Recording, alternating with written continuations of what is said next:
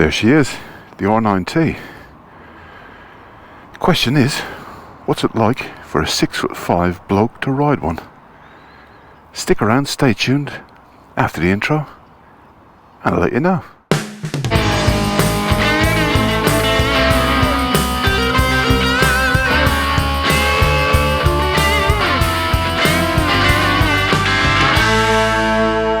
Right, off we go on a little test ride. The R9T. I've so wanted to ride one of these pretty much since they came out. And thanks to those guys in there, I get to ride one.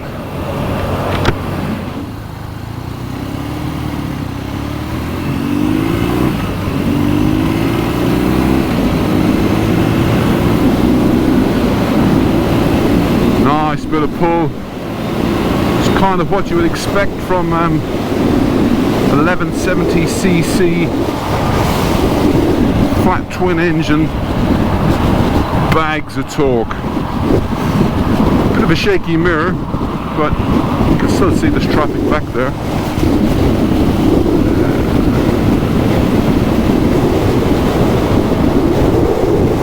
Okay, felt like there should be another gear, but there isn't.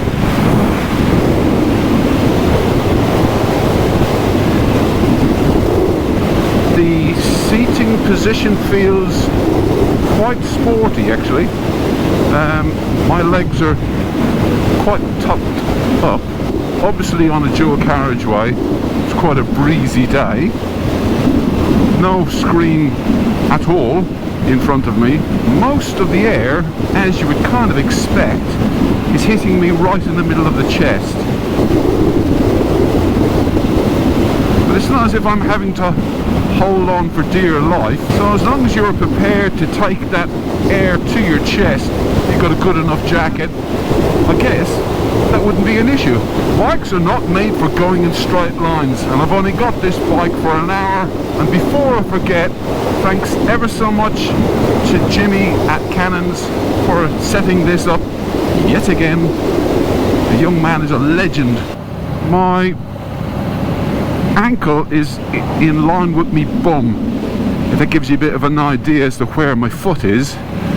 So it's a lot more of an acute angle than I'm used to. Suspension is quite firm, non-electronic, but it is adjustable for preload and rebound, front and back. Oh, this has got standard tellies on it. Some of the other R9Ts have got upside down forks. This has got yieldy styled. Oh, that just feels beautifully poised, nicely. Yep, you just point it in the direction you're looking and happy days, it complies. Okay, so the suspension on some of them is upside down, but on this one it's got little fork gates on, and it's trying for that off-roady style look, I guess, because it is the Scrambler. Obviously, because it's a boxer, it holds all of its weight down low. Nice retro styled clock. So this one actually has 3 riding modes: road, dirt, rain. That's it. Road, dirt and rain. What else do you need? I don't think I would want to ride this bike all day long. Yet again, not the bike's fault, it's my fault. Oh, that engine's beautiful. I'm too tall. It's 6'5". Oh, by the way, if you're coming to my channel for the first time ever, thanks for watching. Please smash the subscribe button. Not smash it, just press it. Press it gently. Gently caress the subscribe button. And ding dong the notification bell as well while you're there. And please give it a thumbs up and all that malarkey. Right, let's get back to riding the bike.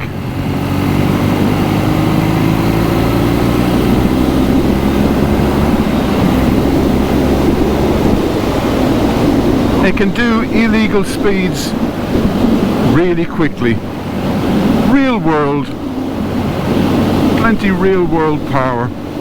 The saddle, you know, what's to say about the saddle? The saddle is much narrower than my bottom. It's quite thin.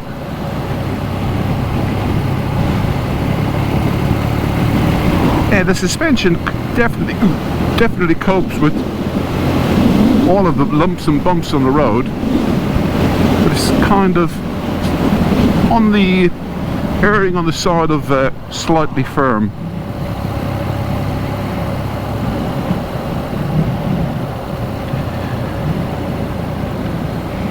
So where some of the BMWs have that wishbone suspension on the front, the R9T doesn't.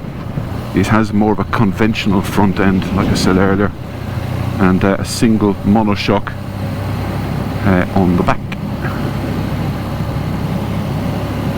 I shall stop further up the road and do a walk around with my other camera. I shall give you some of the spec. So, yeah, if you don't mind a slightly more sporty leg position, actually it's all right. It's quite comfy. The fuel tank is a nice sized fuel tank between your legs. And what do I mean by that? Well, what I mean by that is it's nice to be able to grip the fuel tank with your knees. Some fuel tanks are quite narrow and small, and there's just nothing to grip onto, mate. So quite nice. Switches on either side are very, very indicative of BMW. Heated grip switch, mode switch, and a starter switch on the right, and on the left cruise control, hazard lights, menu, indicators and horn.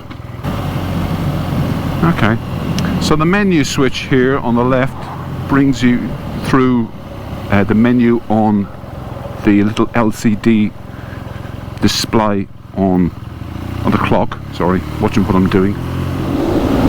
Hydraulic clutch and hydraulic front brake. I've got a bug crawling around on the inside of my helmet. Bug off, little buggy buggy.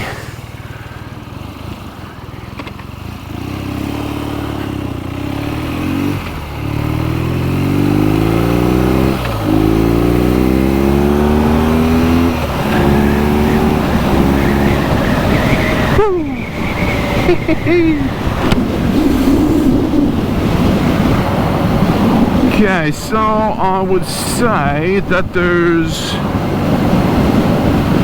a little bit more weight on my bottom than there is on my wrists. Wouldn't say it's completely evenly balanced. You hear some of the guys who do reviews. Lamb Chops Ride springs to mind. He talks about a bike being wristy. So if there's too much weight, like on a sports bike, it'll be all on your wrists. Or maybe it's something like a GS perhaps, where more of the weight would be on your bottom. So there's slightly more weight on my bum, but it's not all on my bottom. I am bent over, obviously. So, here we go. Yep, we're in top gear, 55 miles per hour. No problems at all. Happily, just cruising along. Just cruising along. It's a nice place to be. If I'm going to critique the bike at all, sorry, and I am going to critique the bike a little bit here. The saddle is far too thin for me, and I haven't got the biggest bottoms in the world. It is effectively overhanging. Right, I guess I should put it on cruise control. There you go. That was easy, wasn't it? And take it off. Okay, we just push forward on the twist grip, switches the cruise control off. You can get luggage or luggage racks for these if you did decide that you wanted to take it on a longer ride. You can obviously get a fuel tank bag. You can get a fuel tank bag. Is that a thing? No, a tank bag. Surely you can get a tank bag for them. I'm sure you can get a little screen. I'm going to take it down here. Some more twisty windies. This bike hasn't done an awful lot of miles.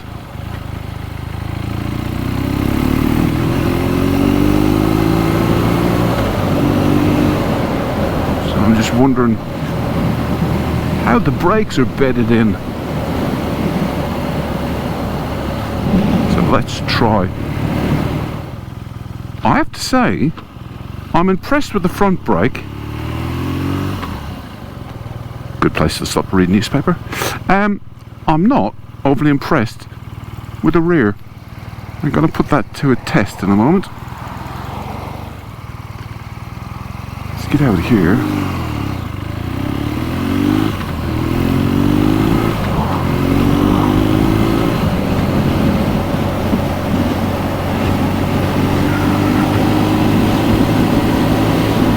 .50-mile-an-hour brake. Front's very, very good.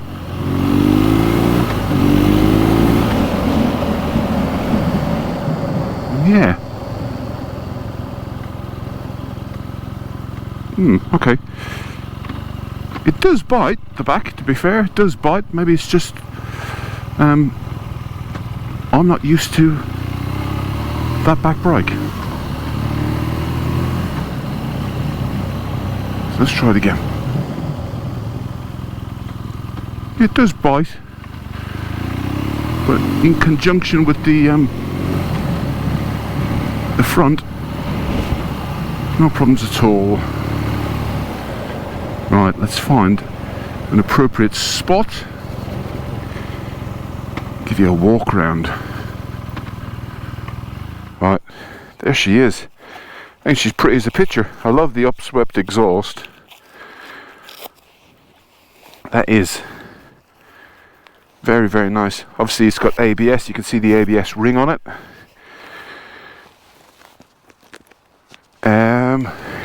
I should get my notes out, get the other camera out.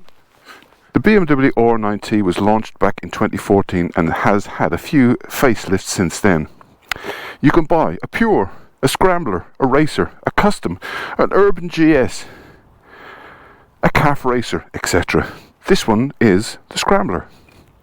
Also available is a 719 option paint scheme. If you want to go even further with your optional extras, you can bling your R9T with a billet pack or an Akrapovic exhaust like this one has. The bike is a fantastic blank canvas for customization. So many people have done fantastic mods with the R9T, or you could just ride it and enjoy it as it is.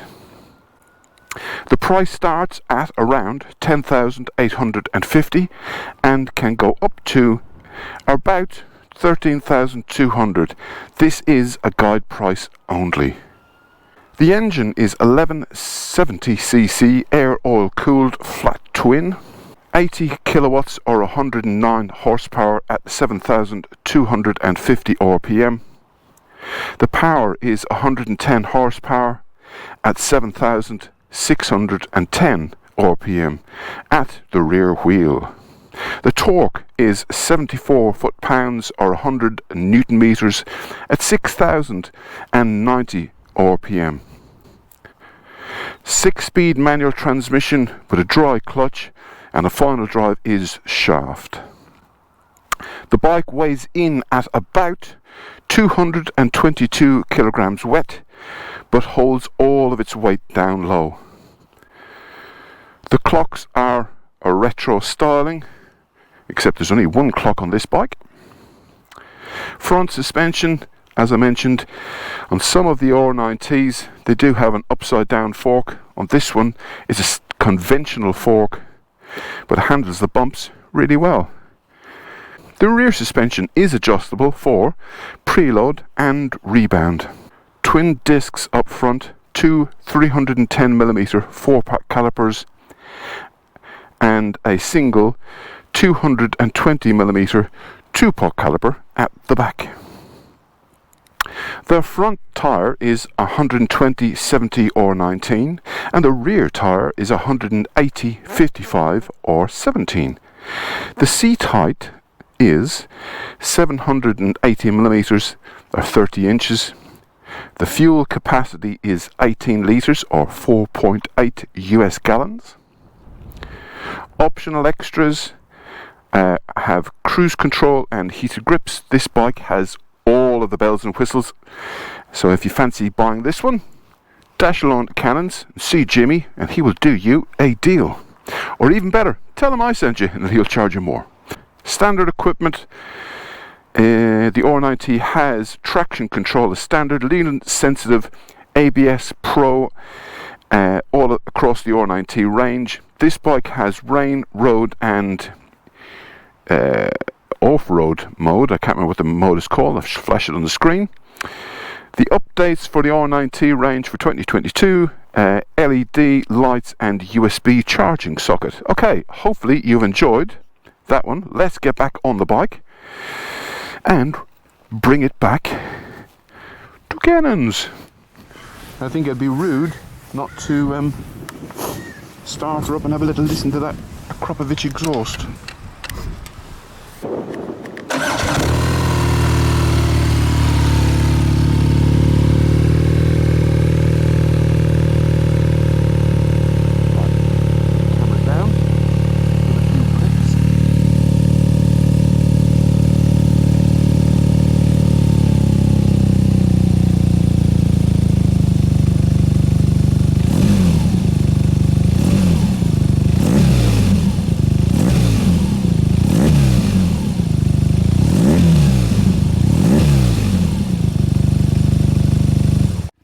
You sitting comfortably?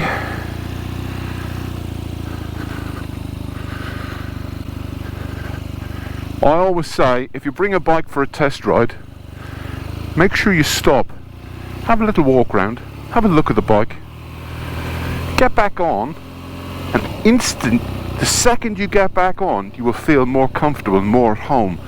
It's almost like your body readjusts to, oh, you're riding that, oh, okay. You can ride this bike all nice and sedate and laid back, and you know it's not an intimidating bike at all. I know that Jimmy's got some bikes in his mind for me, and they might be a tad more intimidating. Like I said, when I was on the A road, on the fast A road, I was catching an awful lot of wind to my chest.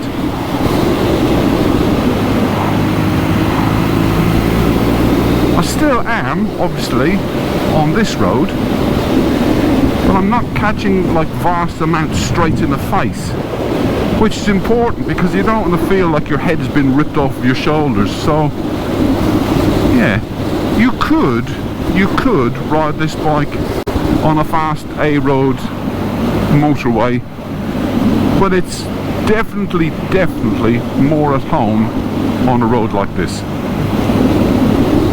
50, 60, a little bit more miles per hour, comfortable. But if you do decide you want to crack on, you're late for Sunday lunch. Ooh, I stayed out chatting with the boys at the cafe or whatever far too long. I've got to get a wriggle on. You can. Okay, it's never going to be any more inspiring, wonderful twisties on the next part of the road, as I'm just about to come back into the town of Witham, where this bike is from. So I would say ta-ra for now. So if you've liked this one, please give it a thumbs up. If you haven't liked it, please do feel free to give it a thumbs down. Don't forget to ding dong the notification bell, and that way you will never ever ever miss another episode here on the Mad Leprechaun. Until next time, people, look after yourself, and hopefully I shall see you very, very soon. Until next time, people, take care. Bye bye.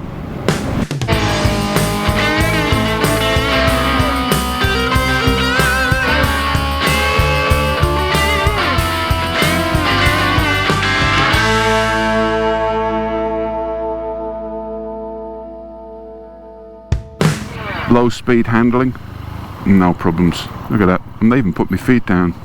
0 miles per hour.